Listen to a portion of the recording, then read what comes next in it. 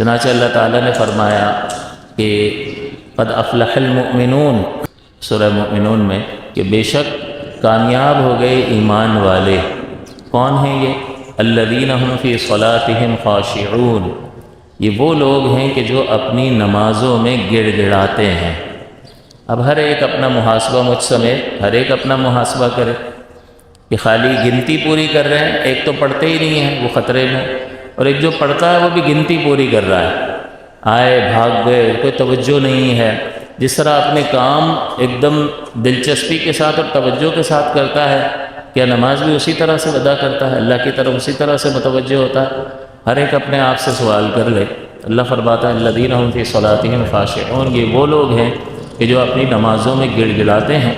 والذین هم عن اللغو معرضون، اور یہ وہ لوگ ہیں جو بیکار باتوں سے اعراض کرتے ہیں، پرہیز کرتے ہیں۔ تو بیجا قسم کی باتوں میں اپنے آپ کو مشغول رکھنا، یہ بھی انسان کو پھر اس فہرست سے نکال دیتا ہے۔ حضور نے فرمایا من حسن اسلام المرء ترک ما لا یعنیہ، کہ مسلمان کے اسلام کا حسن یہ ہے کہ وہ ہر لا یعنی بیکار بات کو چھوڑ دے۔ تو اب اس سے ہماری موومنٹ طے ہوگی کہ میں جو حرکتیں کر رہا ہوں، میں جو دیکھ رہا ہوں، میں جو سوچ رہا ہوں، میں جو بول رہا ہوں، میں جہاں جا رہا ہوں، جس کے ساتھ اٹھ بیٹھ رہا ہوں، جس کے ساتھ مل رہا ہوں، وہ لا یعنی چیز تو نہیں ہے۔ اگر لا یعنی چیز ہے تو پھر یہ لغو اور بیکار باتوں سے اعراض تو نہیں ہے، لہٰذا پھر اس فہرست میں داخل نہیں ہوگا۔ تو اس کا مطلب ہر مسلمان کو اپنی زندگی کا بغور جائزہ لینا ہوگا۔ یہ نہیں ہے کہ جس طرح ہندو آ کے ایک وقت میں گھنٹہ بجا کے چلا جاتا ہے، بس یہ اس کا اتنا لیمیٹڈ پیریڈ ہے جس میں وہ سمجھتا ہے کہ وہ عبادت کر رہا ہے۔ اسلام تو مسلمان کی زندگی کے ہر لمحے کو گھیرتا ہے اور اس سلسلے میں ہدایت فراہم کرتا ہے۔ یہی اصل انسان ہونا ہے۔ آگے اللہ تعالیٰ فرماتا ہے وَهُمْ لِلزَّكَاةِ فَاعِلُونَ، اور وہ زکوٰۃ ادا کرتے ہیں۔ وَالَّذِينَ هُمْ لِفُرُوجِهِمْ حَافِظُونَ، اور یہ مومن جو کامیاب ہو گئے یہ وہ ہیں جو اپنی شرم گاہوں کی حفاظت کرتے ہیں۔ إِلَّا عَلَىٰ أَزْوَاجِهِمْ، مگر اپنی ازواج پر، او ما ملکت ایمانکم، یا اپنی باندیوں پر، فَإِنَّهُمْ غَيْرُ مَلُومِينَ، کیونکہ وہ اس سلسلے میں ملامت نہیں کیے جائیں گے۔ ایک فطری تقاضا ہے جو اللہ نے رکھا ہے، اور اس کا ایک جائز طریقہ بتا دیا۔ جائز ذریعے سے اس ضرورت کو پورا کریں گے تو محمود ہے، بلکہ باعث اجر بھی ہے۔ سرکار نے جب اس پر اجر ذکر فرمایا کہ زوجہ سے شوہر جب تعلق قائم کرتا ہے زواجی تو اس پر اجر پاتا ہے، تو صحابہ نے عرض کیا حضور اس پر اجر کیسے؟ اس میں تو انسان اپنی ایک فطری تقاضے کو پورا کرتا ہے۔ تو حضور نے فرمایا اگر یہ فطری تقاضا ناجائز ذریعے سے پورا کرتا تو بتاؤ گناہگار ہوتا یا نہیں؟ جی حضور گناہگار ہوتا۔ تو بس پھر جائز طریقے سے جب اسے پورا کرے گا تو اجر بھی پائے گا۔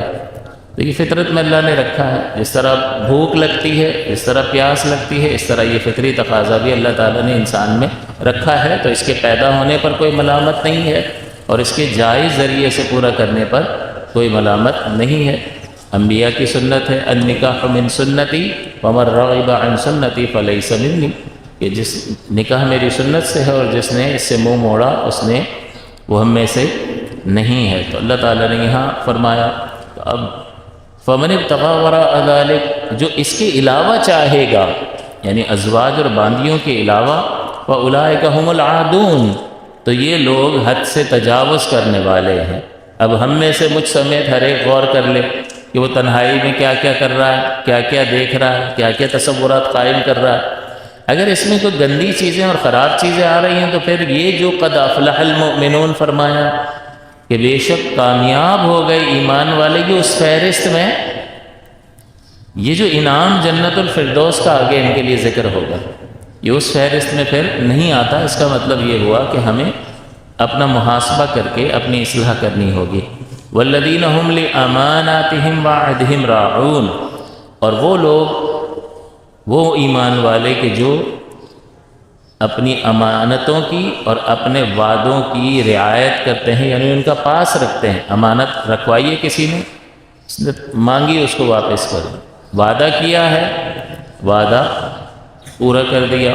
والذین هم علی صلاتہم یحافظون، نماز کا دوسری بار ذکر آیا، ایک اوپر فرما دیا اپنی نمازوں میں گڑ گڑاتے ہیں، اور پھر دوبارہ آ گیا والذین هم علی صلواتہم یحافظون، اور یہ وہ لوگ کہ جو اپنی نمازوں کی حفاظت کرتے ہیں، اولئک هم الوارثون، یہ ہیں وارث۔ ہم بھی فرمایا ضمیر فصل جو تاکید کا فائدہ دیتی ہے، یہی وارث ہیں، اولئک یہ ہم یہی الوارثون، یہی وارث ہیں کس چیز کے؟ الذین یرثون الفردوس هم فیہا خالدون، کہ جو فردوس کے وارث بنیں گے۔ یہ وہی فردوس جو اس آیت پاک میں ذکر فرمائی، یہ یہاں پر لگ رہا ہے کہ سب کو ملے گی۔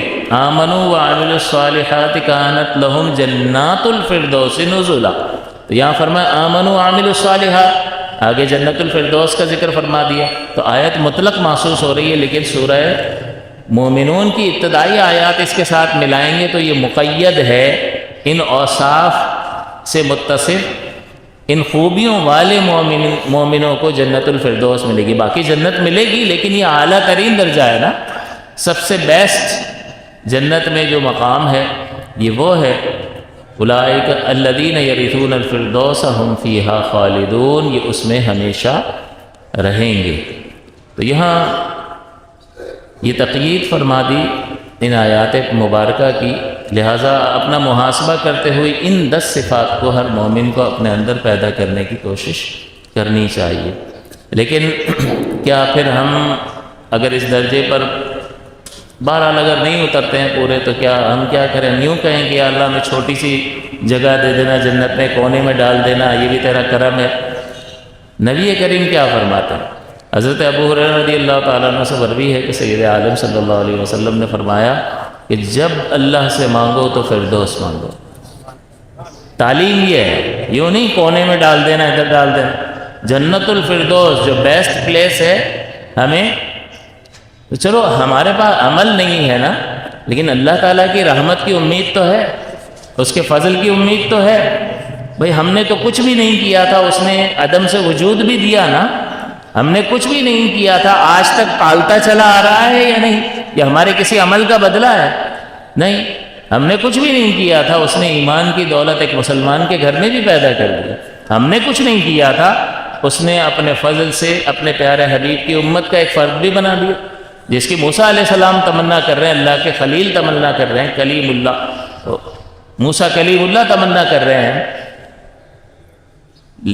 اللہ تعالیٰ نے بغیر مانگے، بغیر کسی عمل کے ہمیں اس امت میں اپنی عنایت سے، یہ اس کا سلیکشن ہے، بادشاہ ہے، اس کو یہاں رکھو، اس کو یہاں رکھو، اس کو یہاں رکھو، تو ہمیں یہاں رکھ دیا۔